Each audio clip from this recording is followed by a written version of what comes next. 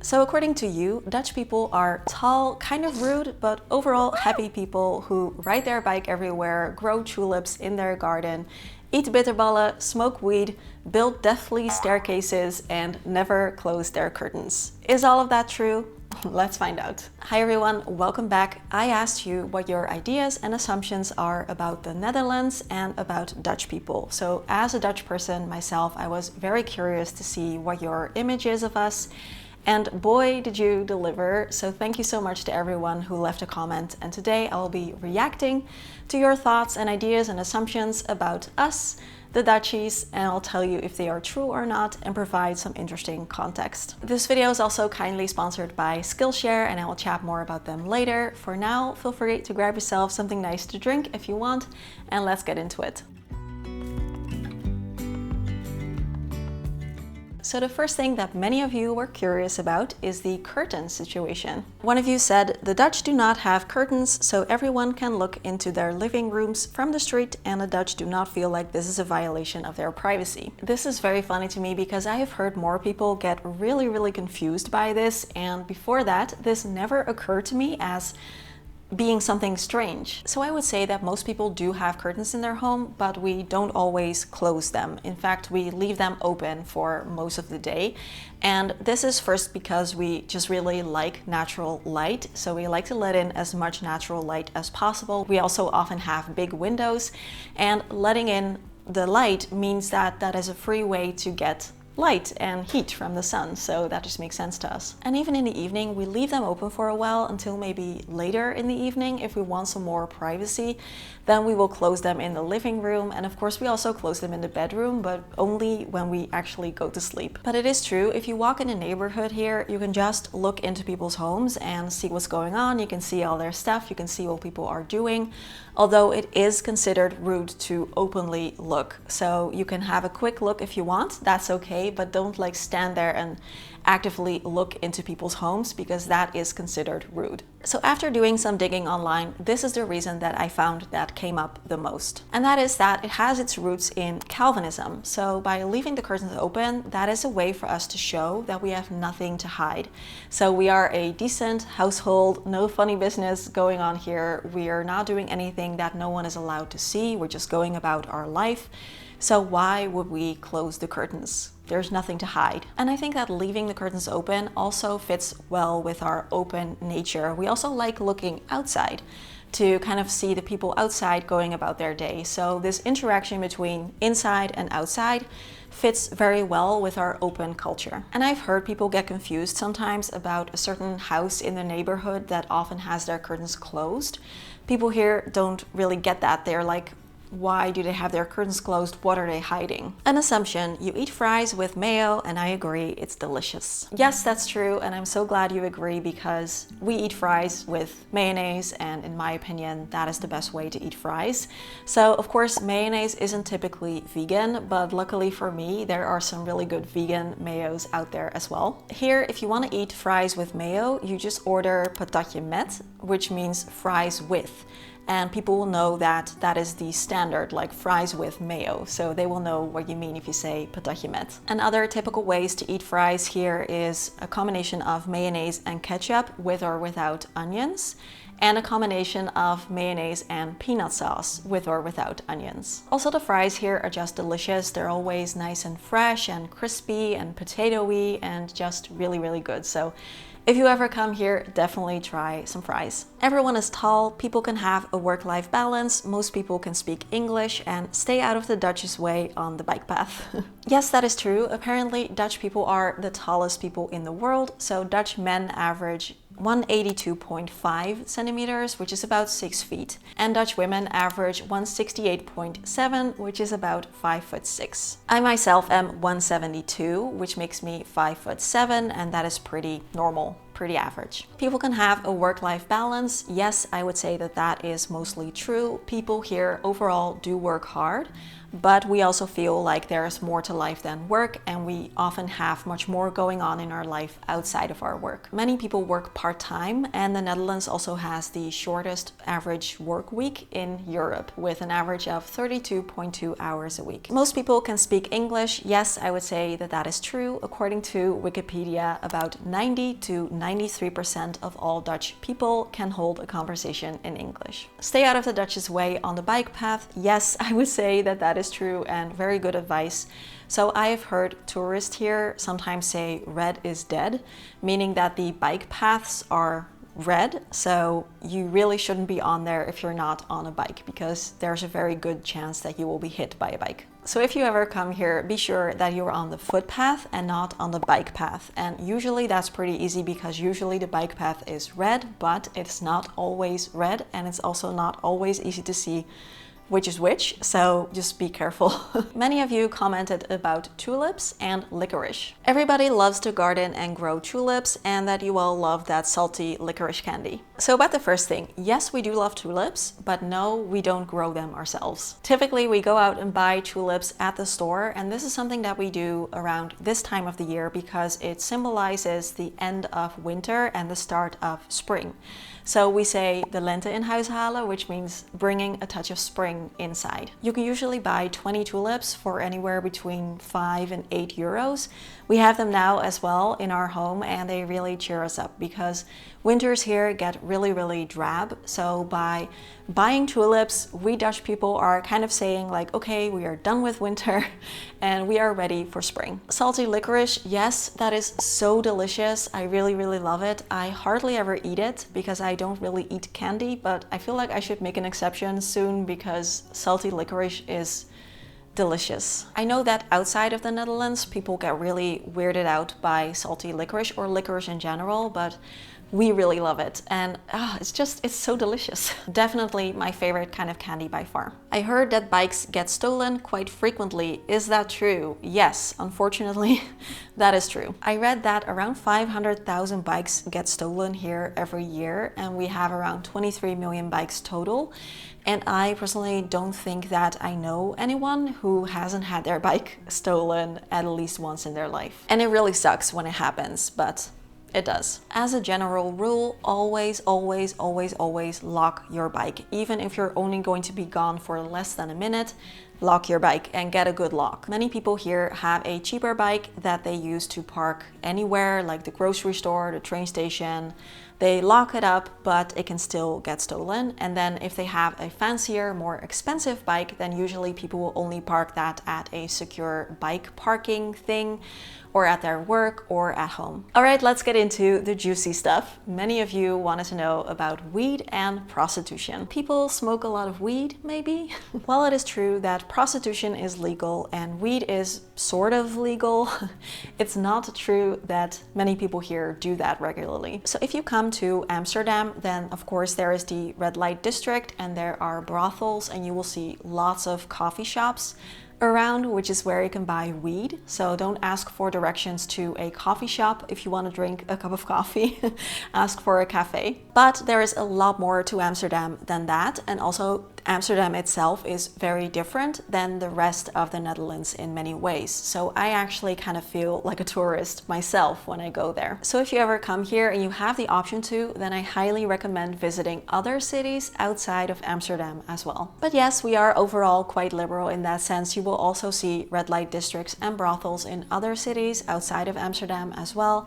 It's legal as long as it is between consenting adults, and it was legalized to give sex workers more autonomy over their profession, reduce criminal activity, and improve their labor conditions. With weed, it's not technically legal here, but we have something called a gedoogbeleid, and that means that the government is saying that, okay, this is not technically legal, but we are going to be looking the other way as long as you behave yourself. Coffee shops are allowed to sell weed under certain conditions, and you are allowed to have it on you up to 5 grams a person.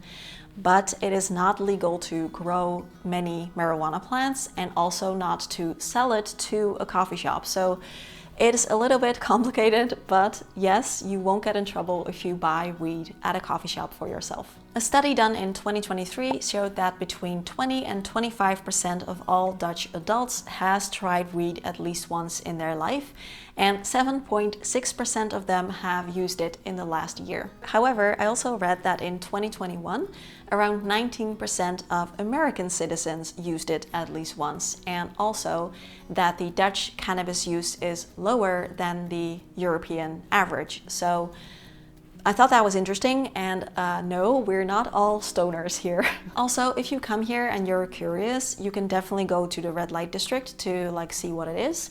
But don't point and stare, and definitely do not take pictures. That's not okay. This next one is about Dutch wooden shoes, but before I talk about that, I quickly want to thank Skillshare for sponsoring the video and supporting the channel. Skillshare is the world's largest online learning community with thousands of amazing classes on all kinds of topics, and they have been my favorite resource for years now whenever there was something that I wanted to learn. Maybe you want to start a new hobby and learn creative writing, photography, or sewing your own clothing. You can also learn to play piano or guitar, improve your singing voice, learn painting, woodworking, or learn to be a better cook. Or maybe you want to learn some career skills about setting up an online business or social media marketing or copywriting. Skillshare has classes for all levels for basically whatever you want to learn. Since I've been using Skillshare, it's been so easy and accessible for me to keep learning new skills. For example, I learned about videography for my work. I learned about how to take better care of my plants. I learned how to design my digital ebook. I also really enjoy their self-care related classes. For example, Dan and Liu's class called Meditation 101. I can definitely recommend this class to anyone looking for some peace and calm. She made me so excited to get back into meditating with very easy and quick exercises. If you also like learning, then I recommend checking out Skillshare, and you can do that for free because the first 500 people to click my link in the description box can get a 1-month free trial. So you can try as many classes as you want for a whole month to see if you like it, and if you cancel within your trial, then you won't be charged. So huge thank you to Skillshare for sponsoring today's video and supporting the channel.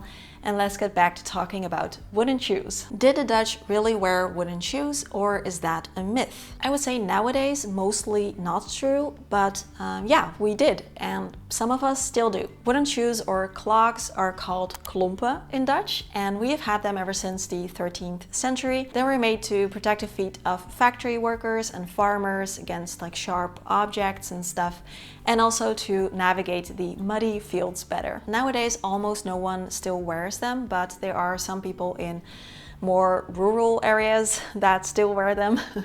Rural is a very difficult word for me to pronounce, and I did see actually someone wearing them a few months ago when I was out for a walk. If you ever want to see them, then you can go to the International Clog Museum in Eelde, where they have over 3,000 pairs on display. Someone said you don't like Germans. No, that is not true at all. I think there might still be some of that sentiment in the older generation of people who have lived through World War II or the difficult years directly after that.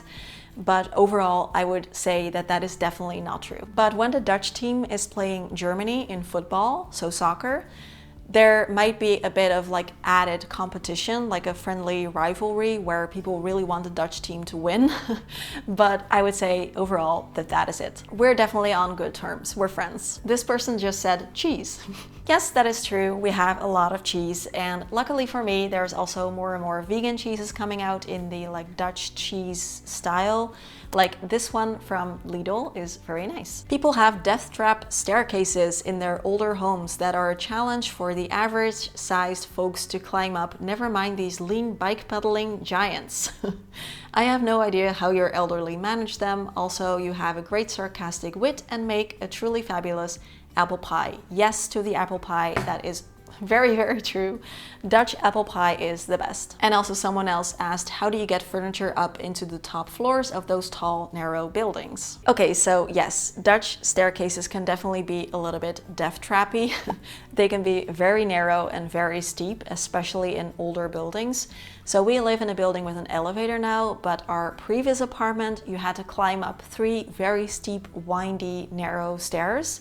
to get to our front door. So the model for these stairs is a little bit different. Apparently the tread is about the same size as the riser, instead of it being like twice as big, so there's less space for the foot. Apparently when the Dutch economy started booming in the 17th century, there wasn't that much space on the ground to build, so we started building up instead of out. But because space was so limited, the staircases were made in such a way that they took up as little space as possible, so that is why they are so steep. I would say that this isn't really the case in most attached homes. Those usually have quite normal staircases, but definitely in the older ones and also in some of the attached homes I've seen this too, but definitely in the older homes and the narrow like canal houses type of buildings, yeah, staircases are interesting. So how do we get furniture up? That is an interesting question, and either we order these furniture pieces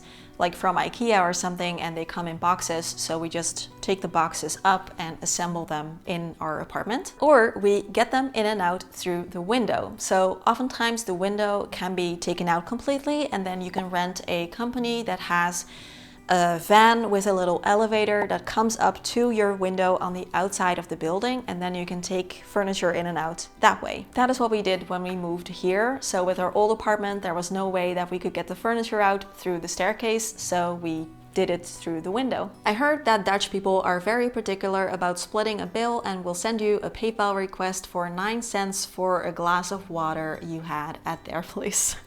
Aw. So I would say that this is true and not true. We do like to split the bill, and oftentimes we'll do that depending on who got what, but by far the most people will not charge you for anything that you've had to eat or drink at their place. That's really, really not common. And oftentimes if it is a small purchase somewhere like a cup of coffee, I think that definitely some people are going to send you a payment request for that. But I would say most people probably not. It'll more be like a situation where I pay this time and you pay next time kind of deal. Dutch people bike everywhere and have a very good bike infrastructure. Yeah, that is true. Education is free for citizens up to the tertiary level. That's what I heard about the Netherlands. So tuition fees are much lower than compared to the US or the UK, for example. Primary and secondary education is free, but there is something called ouderbijdrage to cover things like excursions and field trips. And maybe you also need to buy them like a calculator or a laptop in high school. For higher education and universities, tuition is around 2,500 euros a year now. And books can also get quite pricey, but we do have something called studiefinanciering, so you can apply for that.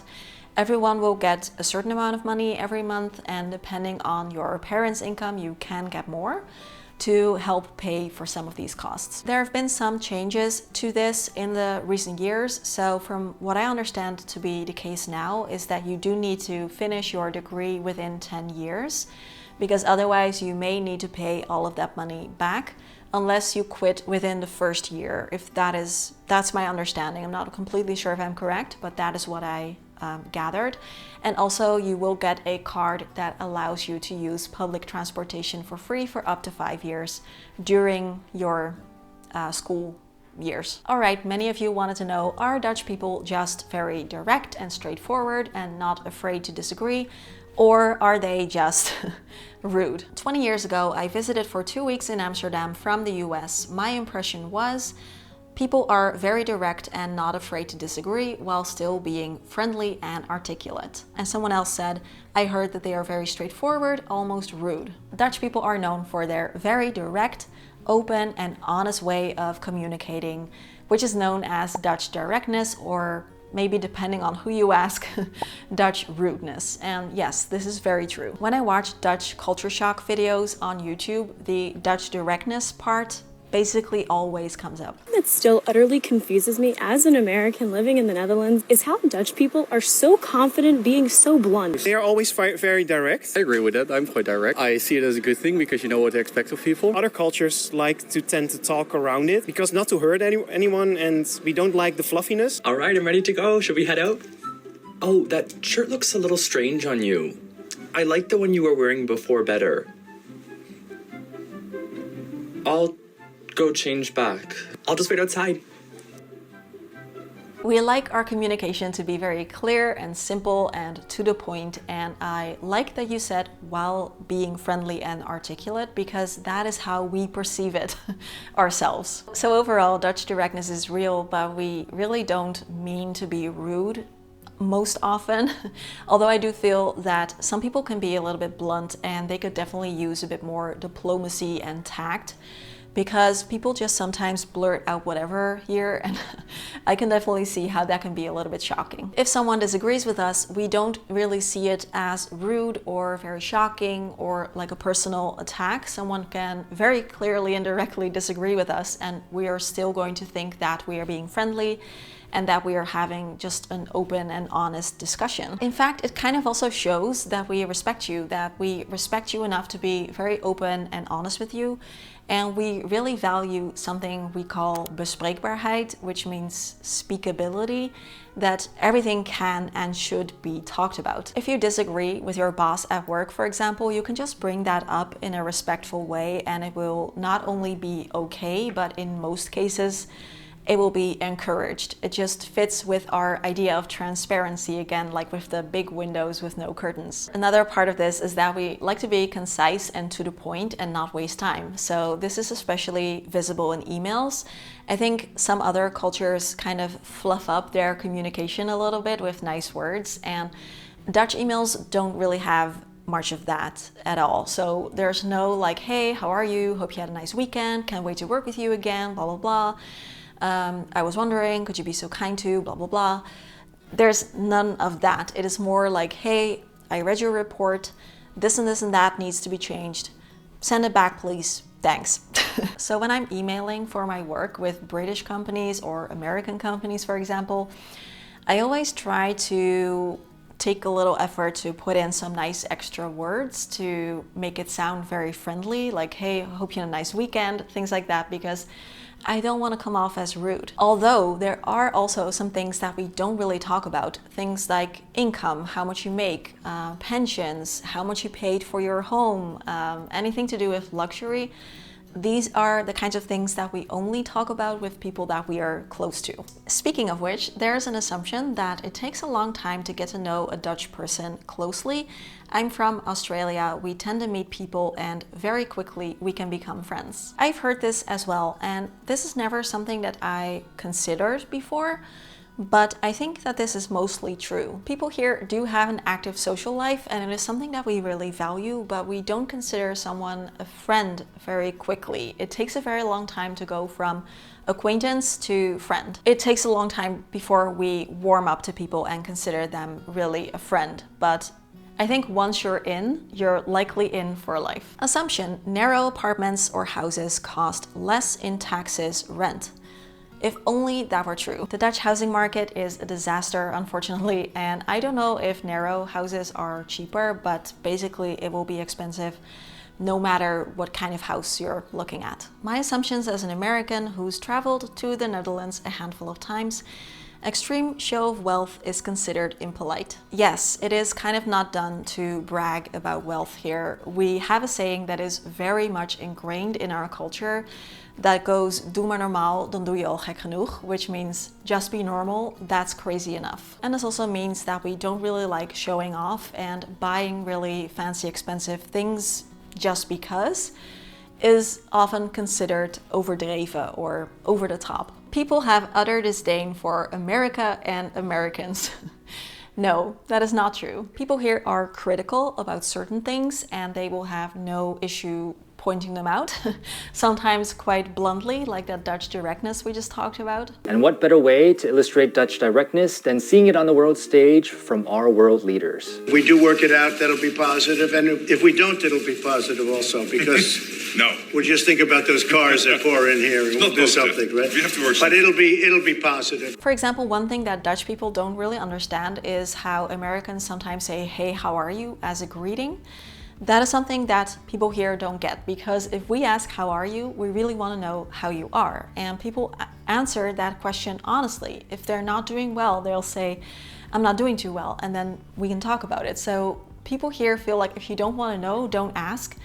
And how that can be a greeting, that is something that people sometimes find confusing. I personally really like it. It feels very friendly to me, so I have no issue with it. But people, yeah, they get confused. But overall, we definitely don't think lowly of America or Americans. I would say that's not true. My perception, everyone is awesome at cardio because of all the bicycling, and bitterballen are present in every pub.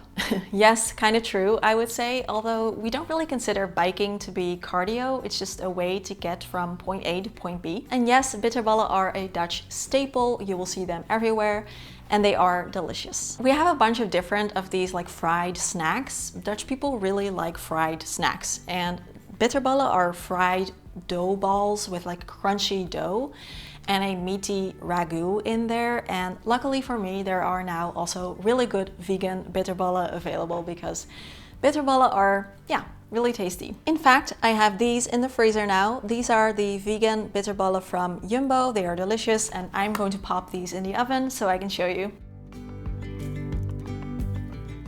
This is what they look like now, these little balls. I always leave them for a few minutes to cool off because these are really, really hot. And it's almost like a rite of passage to come here and burn your mouth on a bitterball that is too hot. But if you leave them, they can cool off and also get a little bit more of a crunch. Alright, so I made 6 because I'm also just kind of hungry. But yeah, this is what they look like.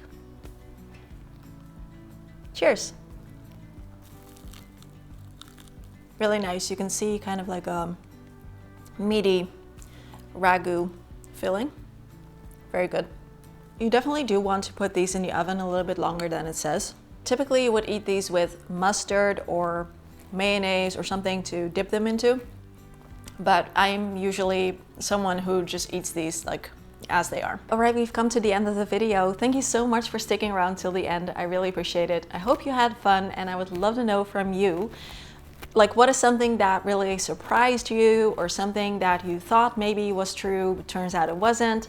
I would love to know, so let me know in the comments. If you ever want me to do this again, you had so much more interesting things that we can talk about, so let me know that too. Don't forget to check out Skillshare and get your 1 month free trial, link in the description box. And as always, questions, comments, conversations down below. Have a wonderful, wonderful day, and I will see you all again soon.